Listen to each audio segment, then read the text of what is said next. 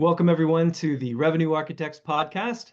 This podcast is tailored for revenue leaders navigating the evolving landscape of sales, RevOps, and revenue management.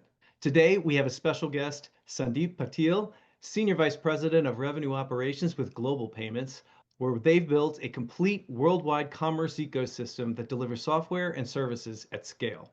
Sandip, welcome to the show. Happy to be here, Steve. Welcome to podcast, Sandip. Thank you, Jay.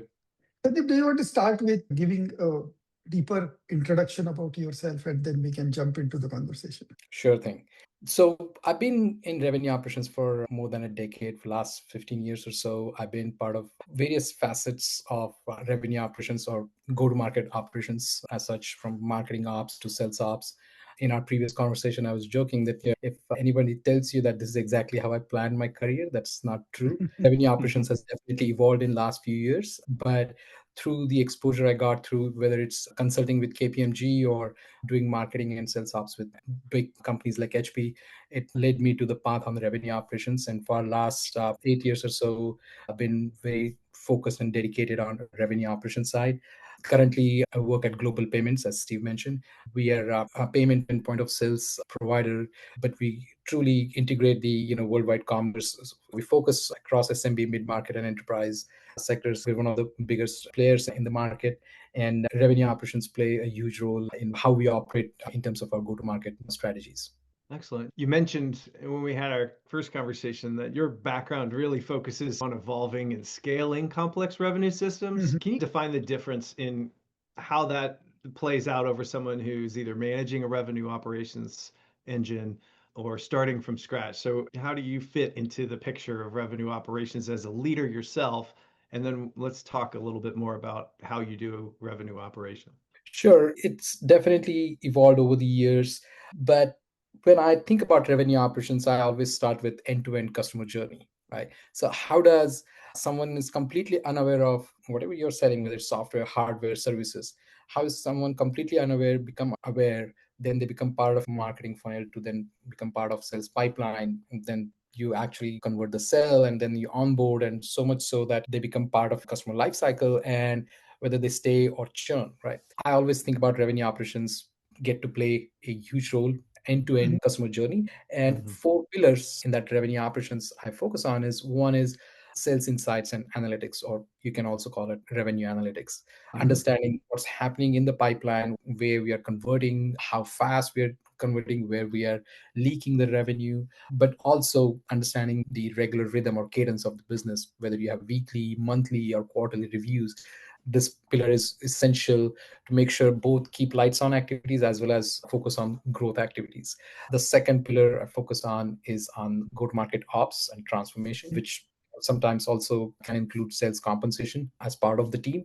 But this is where actual execution is happening. And this is the team that is tied to hip with the sales leaders, or especially with the frontline sellers. Third team I focus on is sales enablement, which is huge part of revenue operations. When I started my career on this part on the revenue operations side, especially, enablement used to be a separate function. Either it used to be part of marketing or sales, but I am big advocate of keeping it part of revenue operations because it is very essential that every strategy and execution you go on, enablement is part of it. And last or not the least, but the fourth pillar I focus on is go to market tech. Revenue operations has evolved so much in last few years, especially with AI, as we talk Mhm. about it. At every step of the way on this customer journey, AI has influenced or resulted in so much technology advancement.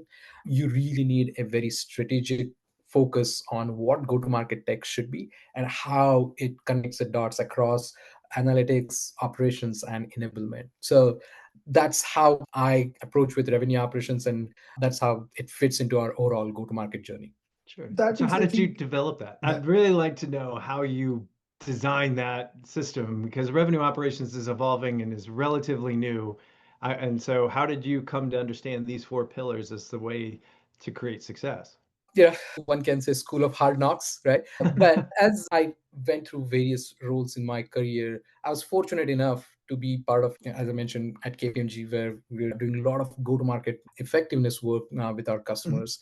or at HP, when I joined HP when it split into two companies and we had to build some of the sales and marketing operations from scratch. And also I had a good seat on the table when I was chief of staff for a startup called AdRoll here in San Francisco Bay Area. I got to see various challenges you have as leadership. It's not just sales. I always say revenue is not just the sales problem, it's an entire company's responsibility. But I got to see various challenges that all the leaders face and how disconnected they are if you don't have these pillars together. So that's number one. Number two, I think AI has done a kind of a favor, you can say, with this approach, because every step of the way, again, going back to my customer journey, every step of the way, you are generating tremendous amount of data. You are doing lots of transactions and you're doing lots of or creating lots of experiences with your potential or existing customers. And again, that leads to so much data. Unless you have this connected story throughout, you're always missing something. So for a clear and concise execution on revenue operation side, you need these four pillars to come together. Another 5 years, I may have another pillar or another layer into this. Of Who knows? course. But this, again, it's not that I got everything right at the beginning. It's an iterative process. As I Yeah. mentioned earlier, I did not think when I started on this journey, I didn't think enablement as an essential pillar in this concept. But as in one of the previous roles I had, we were launching a new product and understanding the impact enablement had during that time on our sales teams to make sure that they had battle ready, they have flashcards, and those SKUs are loaded in Salesforce, and sales team knows exactly how to package and price them. Oh, yeah. That was a great learning for me. I was like, wow, enablement is not part of our team, but they're a huge part of this whole process. That's how As it came together. Yeah. But see, what I really love about these four pillars is if you take a step back, this year, especially 2025, everybody was struggling with saying that how do I build a revenue operations team? Because we have sales ops, revenue ops, right? Enablement, separate teams. But if you look at the executives, they are worried about who is in control of my revenue. Whom do I ask? You get different metrics from different people, right? And then there is no accountability. So what I love about your approach is companies can also look at, and we talk to a lot of revenue operations leaders, but they can also look at this framework to really start unifying their revenue operations. You don't necessarily need to dissolve the teams, everybody, but definitely you need an overarching revenue management team on top of it, right? The way company wants to. That is one thing I really loved about. Second, and I wanted to drill down on one or two of these pillars is sure. When you really look at my question, really the next question that I wanted to ask you is what is your North Star metrics as a revenue operations? And then what would be that North Star aligning to it for these four pillars? How would you measure, improve them? Very interesting question, Jay. Again, every company I've worked, I'm also fortunate to work in various industries from edtech to fintech to banking and financials and consumer electronics and ad tech. So depending on the business, you will have different metrics, right? But if you come to like foundational pieces, right, there are a few elements that are absolutely important that every RevOps leader should care or think about, right? One is if you think about like classic top of the funnel, middle of the funnel, bottom of the funnel approach, very simple. You need to know what is the velocity at which you're creating your pipeline. What is your revenue or new sales generated at what pace? What is the coverage ratios? Just basic 2 to 3 metrics around how I'm generating new revenue, how much I need to generate new revenue, and are my folks, my sales teams are doing in terms of attaining that, right? So you will have different flavor to this. Now, when I worked for a company that was PE backed, I got exposed to so many other metrics in terms of getting the profitability or how does deals and pricing impact our cash flows. Again, so those come down to individual business. But if I think about these four pillars, I go about going after, hey, for analytics, you need to know these 3 to 4 metrics. From go to market tech side, we need to know which tool is getting adopted, which is not, and why. From sales ops perspective, how many projects we have in flight, what are the changes that have been constantly promised or delivered or lack of, right? From enable, which is very interesting, We have a whole set of KPIs or metrics around enablement, but few things that come to mind. And if I were to generalize, you pick a sales methodology. Enablement plays a huge part in making Oh, sure yeah. your sales team is adopting. You need to have technology and ways to track it in terms of how many people are following the methodology and what is the correlation to their success. Meaning, if they're going through your methodology, they're following everything you taught, and if they're not closing the deals, if they're not meeting the numbers, we got to think about what is wrong with our content itself, right? Vice versa. If they're not doing it and if they're missing the goals, that means we got to enforce those. We also track in terms of new hire metrics when it comes to enablement, how much time it takes, ramp up time, right? Classic, how much time it takes, what are the ways we can do it. So as you can see, I can talk about this for 2 hours just on the metrics, Oh, right? yeah. One way I try to guide my teams always is, it's very essential for any RevOps team, is you need to have a charter. And it's simple one pager. I ask all of my teams to do one pager. It starts with existential question. Why do you exist? Meaning it applies to me also. I need to answer, why does RevOps team exist in this company, in this organization? What do we do? Then it goes down to my sales analytics leaders. Like, why do you exist? What do you do? You need to be able to define, you need to tell very precisely in a crisp manner, why do you exist? What is that you do? What are your priorities? What are your KPIs? And how do you know you're successful? And when it comes down to that fifth question, how do you know it's successful? I usually like to know how you are contributing to the revenue or cost or overall effectiveness, right? So Absolutely. it could be like, yeah, I'm helping, for example, let's say sales analytics, right? I exist so that I can be the telemetry for the business. My job is not just to report the news that happened yesterday, but to tell what will happen tomorrow. Yeah. I Yeah. bring the predictability to the revenue profile of our company. That's your existential answer. And that's a great answer to begin with. You can, of course, improve. And then I ask all of my leaders to go through that very thoroughly at the beginning of any role I've taken. And usually we revisit that every 3 to 6 months, understanding, is it the same? Is it changing? Okay. Awesome. So I guess the thing I would want to think about or would like to ask now is, you said the second pillar is your go-to-market operations and transformation. What does that typically look like in the way that as a company's growing or you work at a global enterprise that went through a lot of acquisitions? I imagine trying to create a consistent go-to-market operations or push it through a transformation can be really challenging. And what are some of the challenges that you're running into, and what are maybe some successes when it comes to how are you looking at go-to-market operations in light of that? So, yeah, again, great question, Steve. The challenge that you run into is, how do you define the role itself, either for individual or the team? Because the go-to-market ops team can be, it can become junk drawer, right? It's like, no, there is something operational we need to do, just dump it in there and we expect somebody will do it. And that has happened to me and it happens all the time. So it's very important how you define the relationship you have with your stakeholders, right? In this case, 90% of the time, the relationship is mostly with the sales and sales leaders, right? Two ways to make sure that this role is well defined and executed. One is, you list down what are things that our sales team typically need hand holding. And I'm talking about reps or frontline sellers, right? In terms of getting opportunity from discovery phase or whatever your number one stage is in Salesforce, and where are they get stuck, what are like most frequently asked help, so that whether they need more permission, whether they need guidance on pricing, they need more approvals, whatnot, you need to make sure that you clearly define, yeah, these are the areas we will help you. So if somebody's stuck, hey, there is a Slack channel, we're Correct. writing a Yes. ticket, or whichever way, so you're doing that, right?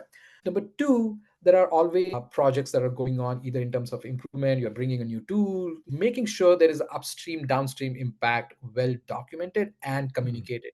For example, if I'm bringing a new tool that will impact marketo, now maybe you manage marketing ops, maybe you don't, right?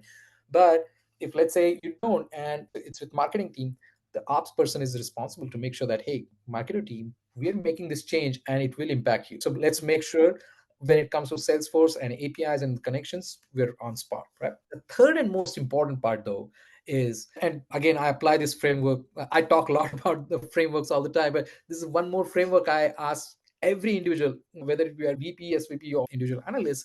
You always want to look at how you work in terms of, I have three-pronged approach.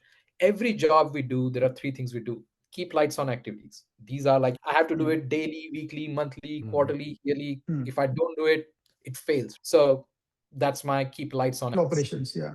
Second, growth operations, right? These are things that I'm looking to do so that we Make can sure. grow this month, this quarter, Correct. this year, right?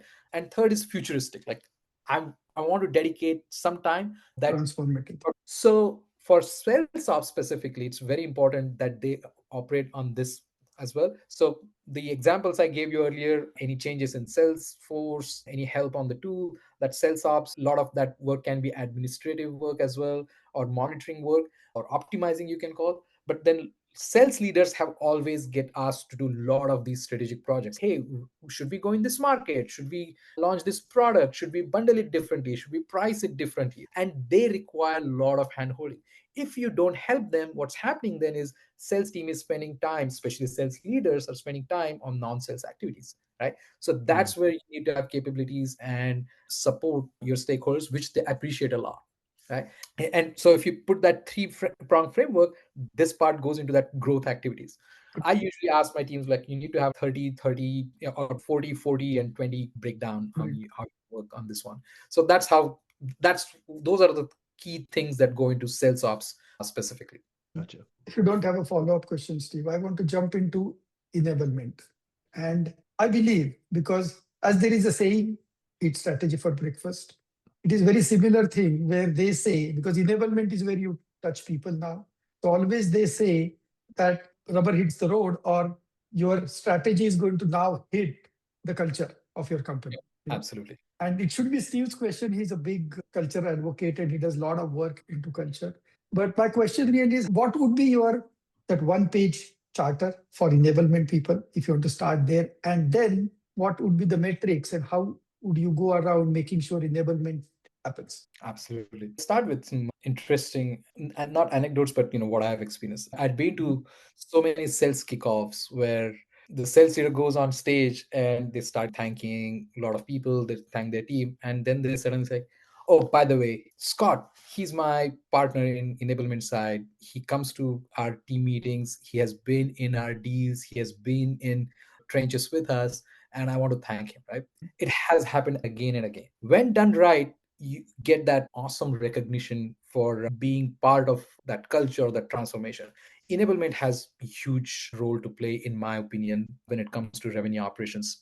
To begin with, and again, I'll tell you a quick story as well. I'd been in situations where we did not have enablement, we used to call like learning and development or training, right? The worst metric, in my opinion, worst metric you can have for enablement teams is number of trainings conducted. Who cares? I can do 100 trainings and our growth rate was -5%. Am I successful? No. It's good to track it, but I'm not big fan, right? I had to be in the trenches with our enablement leaders to change that mindset. It's like, you are a revenue supporting function, right? That's number one. So when it comes to that charter, usually why do we exist? We make it easier for sellers to sell effectively. We are making it absolutely smooth or frictionless when it comes to sales process. One enablement leader in the past came and said, we are the translator for our sales team on what exactly our company wants us to do. And I was like surprised or impressed with that, because that's so true. Product wants to build products, finance wants to have strategic growth in certain way, marketing wants to say it in a certain way, but sales is where it all happens, right? They're taking all of that, translating to the sales team so that they can understand and they go and execute, right? Very close to coaching staff when it comes to, if you think about basketball or NFL or NBA analogies, right? They're with them on the sidelines and see them perform. Again, over the years, many metrics I've tracked around enablement, but number one is revenue growth. And it's cliche to say it, but whatever you're doing, is it helping your teams to grow revenue? In the past, I've seen enablement teams broken by either sales channels or the products you're supporting. So go as focused you can. Let's say if you're supporting field sales, see what is the revenue growth happening. Are you hiring more people? Are we losing more people? What's going on? Having those revenue metrics is very important. Number two, the understanding of how good we are in terms of training. And perhaps 2-3 years ago wasn't possible, but conversation intelligence technologies have done great favor to enablement teams. Now you can go to tools like Gong, or almost everyone like Clary or Outreach. They all have recording tools where you can go back, look at the transcript, look at 100 calls that we close the deals on, and do a lot of analysis, and go back to the sales leaders and say, you know what, guys, we have these battle cards not working, right? You can go back to Mm. marketing and product marketing guys and say, hey, it's not working. We looked at it. In the past or previous roles, I don't think I could ask my enablement team to be that proactive. Now I can. Oh, So the technology has helped us to change those metrics in terms of how much is the ramp time for new sellers, or we call it time to first deal is a great metric. Then we also track in terms of what is the performance in first 60, 90, 120 days. Because if I'm a seller, I'm a rep, I join a new company, I'm super excited, I do it well, 2 months, I've closed my deals, and then 90 days, it starts going down. You got to track it very well, at least for first year or so. Every company has that way to identify who's the rookie, who's the veteran, right? Sometimes it can mm. be 2 years, 3 years, or 1 year, whichever it is, but make sure you bifurcate that into new hires versus veteran sellers. So those would be important. Like start with revenue metrics, then you look at the performance in terms of what you are tracking, how your sales methodology is getting tracked, and number three, then individual seller performance metrics as well. Yeah, as Good, a good. former trainer in merchant processing, my KPIs were things like turnover. I was like, but I don't hire anybody. But Exactly. turnover was my KPI. But I had to literally sit down with the CFO and craft out how much time I saved by getting the right person trained the right way, up to Mm. speed and closing deals in the first 60 days. So yeah, it was critical to be able to do that. And once I could describe it, I'm like, you're going to spend X amount of time if you hire this person and they're going to leave in 6 weeks. You need to know that. Like Absolutely. you want to avoid those conversations. So enablement has always been off to the side. Like they're important until they're not. And then Afterthought, yeah. the afterthought, the Yep. first one you have to get rid of. So how do you advance that? Because you clearly understand the value of that, especially when there's new product launches, like how critical they are in teaching the sales team to actually sell the new product, which Mhm. they have to be engaged in order to do it. How do you advance that role, that setup of enablement within your revenue model to be like, look, we all have to work together. Enablement needs a bigger place at the table for these Absolutely. reasons. So how do you do that?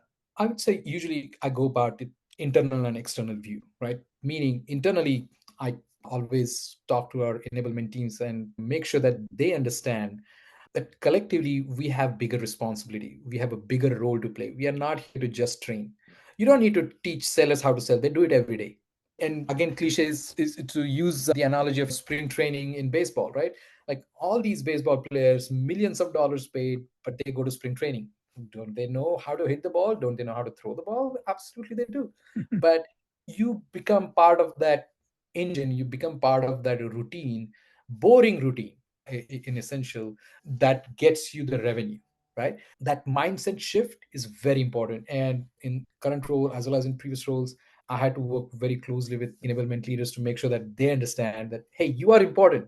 I want Yeah. to make sure that I have people that they get that. They're not just here for training, but they're part of a bigger transformation journey, and they get to play a huge crucial role. So that's number And one. how did you sell that to the other side, everybody else, right? Exactly. Number two is then that's the external view, right? External view Mhm. is now it's my responsibility to make sure I go and talk to the leaders, understanding that how this is important. And it's usually very straightforward talk in terms of what is our business strategy, what is our revenue goals, and what are the steps we need to get there. In terms of steps, you always start with, okay, our products ready? Is our technology ready? And then last piece is, are our sellers ready? Usually if one of the part is missing, that becomes then your weakest link, and you don't want that to be weakest link for your growth. Right. And it's very important to show the data. We talked previously, companies usually have, when it comes to sales attainment, right? So let's just go on this topic a little 30 seconds extra, right? I challenge you, if you go to any company and say take every sales rep, put them on x-axis, attainment on y-axis, you get this sort of bell curve of some shape. And the reason it's important, you will always have this 10-15% that are killing it. It's like 100%, Of course, yeah. 150%. Then you have always these laggards that are like 10-15%. You're probably going to get rid of them at the end of the year because they're consistently not doing well. Then you have this middle range where you're like 60-70% of your sellers. I call it healthy middle class, right? They make the most of your volume profile. You can't get rid of them, but you constantly want to see how you can motivate them to Sure. move some of them to that next strata in Yeah, that yeah. top. To do that, you need to show the correlation. Like the folks that do well, of course, some of them are veterans, some of them are doing it for 20-30 years, so they don't need training. But surprisingly enough, they have very boring routine discipline. They go through the trainings, they go through those sessions, they ask questions, they ask for help, they engage with enablement teams, right? And that's the missing piece usually. And when I share that story, it's easy to sell that, yeah, I don't want that to be missing link. Let's make sure that enablement is part of it. And what does it mean enablement has a seat on the table? Meaning when you're launching a new product, usually you have product marketing and sales. Get enablement on that conversation too. Yeah, as we go on launching, how are we making sure sales teams are ready in time, right? Yeah. We have the right content ready, we have the right SKUs loaded in Salesforce. So all of those check boxes, enablement can be your huge partner. And the other part I've seen in that one is when you give them seat on the table, we are very happy. Oh, Yeah. yeah, absolutely. It's great. Oh, enablement, love it. They're like, you want me in the room? Absolutely. That's so exciting. Yeah. Yeah, but I think, yeah, one thing, and we can't stress enough about this boring, and that recalls me. I'm a big fan of Federer, right? I keep following him, watching him everywhere. And now he is all free. So he keeps going all around and giving interviews. So in one interview, they asked him a question which really resonated here was, how did you become, they said, excellent? And we call him GOAT, greatest of all time. How did he get there? And his answer was exactly what you said. He said, I just did the boring things every day, every hour. Go there and hit those 100 or 1,000 backhands exactly the same way I wanted to hit, right? Yep. Even though I was good at it or best at it compared to all of the top 5 players, I still went and did that. And I think that applies to every one of us. Like, how do you become excellent? By doing boring things. That's, I think, the most powerful message it comes to. But I want to shift towards, if Steve, you don't have any other questions on enablement in your mind, towards this go-to-market technology. And we do a lot of tech stack analysis to companies. And when I look at any company, it is a zoo of technologies, right? They have like so many things, one technology for one feature. It's my favorite I used in last company. I want that, right? And in this AI world, you also said that AI is actually helping demystifying a lot of this stuff. So my question to you is, what would be your criteria? Our old criteria as we knew, but in the AI world, what would be your criteria to keep or retire a specific technology? And how would you go around advising a technology stack rationalization? Yep. Again, a great topic, one very near and dear to my heart, because I spend a lot of time in analyzing the technologies that are out there, but also technology that we have. And I try to apply like first principle when it comes to this go-to-market technology analysis. And what I mean by that is, let's ask, like, yeah, you have Salesforce. Like, why? Why did we have? What actually triggered to have us? And not just Salesforce, but every technology. Go on to ask questions until you get some clear answers. Like at the time, we wanted to go SMB route Yeah. and we wanted to get more customers. That's why we bought this technology that gave us list of all these prospective customers. All right. Is that still true? You get the real answer and then you challenge that answer. Is that true? All right, let's keep it. If it's not, let's not keep it. Great. Yeah. That's one way of going about like individual, right? However, when you step back, going back to my customer journey example, we should be able to, every company should have this, and every revenue operations team should absolutely either lead or be key participant in this conversation, which is, if I have end-to-end customer journey and if I list out things that we do at every step, okay, if somebody visits on our website, okay, what happens then? We send an outreach email, we reach them again in 2 weeks, we try to schedule a call, right? All right. So those are work to do per se every step of the way. And then what happens? Then somebody talks to them. Okay, then before somebody talks to them, we go through this process of identifying are they fit in ICP or not. We try to get some intelligence about them, right? All right, so that's a step you take, and then you talk to them, right? When you look at that customer journey, one more layer into that, okay, what are the tools we are using then? What you get is a fascinating view of, one, there are areas where you have like 5, 6 tools, and then there are areas, nothing. It's spreadsheets, Word document, historical knowledge, my brains. That's answers you get. So that gives you a picture of how you're not balanced, right? You need to have balance. Ideally, I would like to have one tool per set. It does the job, and you go through it, right? Practically, it's not possible. Sometimes you need more than one tool because one tool doesn't address everything you're doing. That's fair. So you need to have that, number one, that view, right? If you have that view, the next set is, okay, then what should be my ideal view? And not necessarily talking about the technology, but the business process, right? If I give you a tool, don't name a tool, what you want it to do, right? Oh, today we get this lead list from this tool, but we need to change some data in it before we upload in Salesforce. So that's manual. I would love if a tool can do that. All right, then. That's essentially old school business requirement gathering, right? So you need to go through that process as well, and then come to a conclusion around what are the tool sets that you want, right? I'll tell you, there is no perfect tool. Yeah, absolutely. There's a secret to it, right? However, you can apply certain criterias, right? One, nowadays, in the past it used to be different. Nowadays, I like to always make sure that any tool I'm getting, they have already figured out integration with other tools. Meaning, if I'm getting Gong and if I'm getting Crossbeam, hey, do you talk to each other? Yeah. I have a dial pad. Oh, can I run dial pad on Gong? That is very obvious because all these tools, if you think about them as a company, right? What do? They do two things.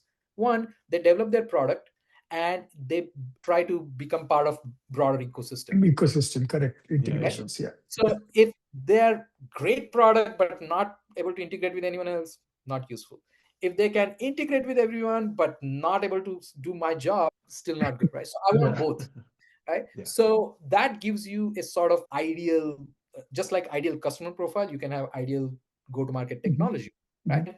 Do things, again, I try to do in that one is, one, in a very practical way, very CFO loving way, it should look less number of tools than you had in like first pass, right? So if I had 50 tools earlier, now I can go and say, all right, I just want 30 tools. I still need to spend some money. I need to retire some, but I can do more with less. Number two, each tool should be, it's now becoming table stake that everyone has some sort of AI capabilities.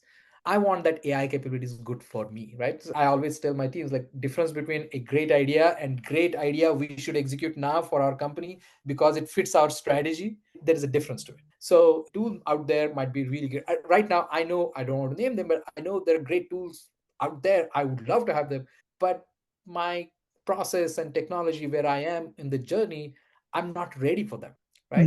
Love to be getting those, but right now, if I put whatever they say, cart before horse or that analogy, it's not good. Lastly, I would say this: impossible to get out your biases. It's very important. You like your favorites, and as a leader, what I like to do is I want others to make those decisions based on certain criteria, evaluation, proof of concept, various ways, so that I don't create my biases. Yeah, I love this tool.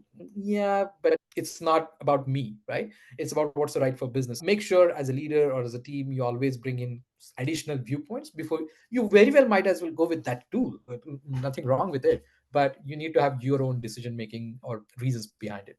Great. So if I want to summarize it in one line, I might say that when you want to evaluate tool, look at the purpose, why you bought it. Look at the relevance, is it still relevant? And then look at its alignment to the customer journey. Absolutely. I think Very well. that would give a very good framework of evaluating it. So this helps us a lot, Sandeep. It's a topic outside what we are talking, but as a technology company, we always struggle with our customers with these favorite tools of theirs. 5 stakeholders come to the table, everybody has their favorite, and then as a third party, it becomes hard for us to suggest, saying that you really don't need this, you need to retire this tool. But this is a good framework for us to use. Absolutely. No question you will break some hearts. And I definitely had done that in the past, and I'd been told that I got to be more sensitive around that. But at the end of the day, it's just a technology. I work with so many tech vendors that I can say I have a good relationship with most of them, right? But they also understand that one, I can't have all the tools, right? There is a limited budgets, and two, the worst thing, like with humans, if you bring in someone who is not suitable for the job, it's not going to work. It's the same thing with the tool. If you bring Yeah, in a yeah. tool because it's your favorite, or you keep a tool because you've been using it, we love the UI, how easy it makes your job. Yeah, but there is a bigger question that we're trying to solve, right? It's bigger than you, bigger than individual opinions. I totally hear your sentiment, Jay, on that. I'm thrilled to have had the conversation with you about this. You have such a great expertise when it comes to revenue operations and understanding what it takes to get everyone involved, everyone moving in the same direction, everyone going towards the same type of KPI, which usually they have the same KPI. They all think it means something different. I just would like to hear if there's any other piece of advice you'd give to revenue operations leaders that are trying to design something new, fix something old, work through some transformation that But they're taking on.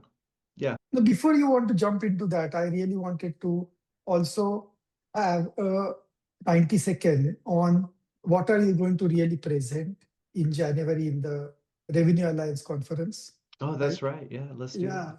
And then you can jump into the other. I actually haven't pinned down on the topic. The topics I think we discussed with the Revenue Operational Alliance were very similar to what we discussed today around how do you evaluate the tech, or how do you answer questions like, hey, you're a RevOps leader, what's your AI strategy? It's like, how do you go about it? How do you develop framework around it? So it will be one of those topics. I have a few upcoming calls with the Revenue Operational Alliance team to finalize those, but I would say one of those two.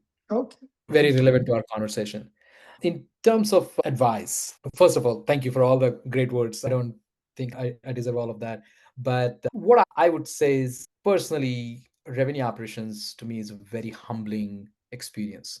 I don't think I had a day where I felt really not necessarily arrogant, but like super confident, like, yeah, I got everything under control. It doesn't happen that way. It's a role where you are fighting fires, but you're also developing strategy, you're also trying to grow, you're also trying to help your stakeholders. So it's a very humbling experience. Be in the role if you're comfortable with that, right? So that's number one, right? Number two, again, I got some gray hair doing this, and now I can say with the experience learning this, like, it's as much as analytical and being in trenches role as much as relationship driven role. One doing better than the other won't help you. Relationship and execution are very important, and they go hand in hand. Always focus on balancing both. And last suggestion or advice I would say is embrace AI. It's fascinating what we can do today versus 10 years ago. Yeah. Surprisingly enough, I never thought I would not use Excel sheets for, like, there were times where I used to spend out of all 5 days, I'm like 3 days in Excel sheets. But now the tools have become so much better. I had to adopt, and now I play more in the tools and technology and all these fun things that we are bringing in. You just got to embrace it. Don't think that anyone has a perfect tech stack or perfect AI strategy out there. It's evolving space, but few things that can always help is, one, always solve business process. AI tool will follow, and two, amp it up. The book by, I think his name is Frank Slootman. He's a ServiceNow CEO. He has this philosophy of doing everything and think about how can you do it 10x, 100x, right? And RevOps has that. You have tools, you have a keys to the car to do that. So that's the last piece of advice I would have. Excellent. Thank you Great. so much. It was very wonderful talking to you. Yeah, My we're Thank you. excited to come see you at the Revenue Operations Alliance in January. That'll be so Likewise. exciting to see you on stage and hear this reinforced again.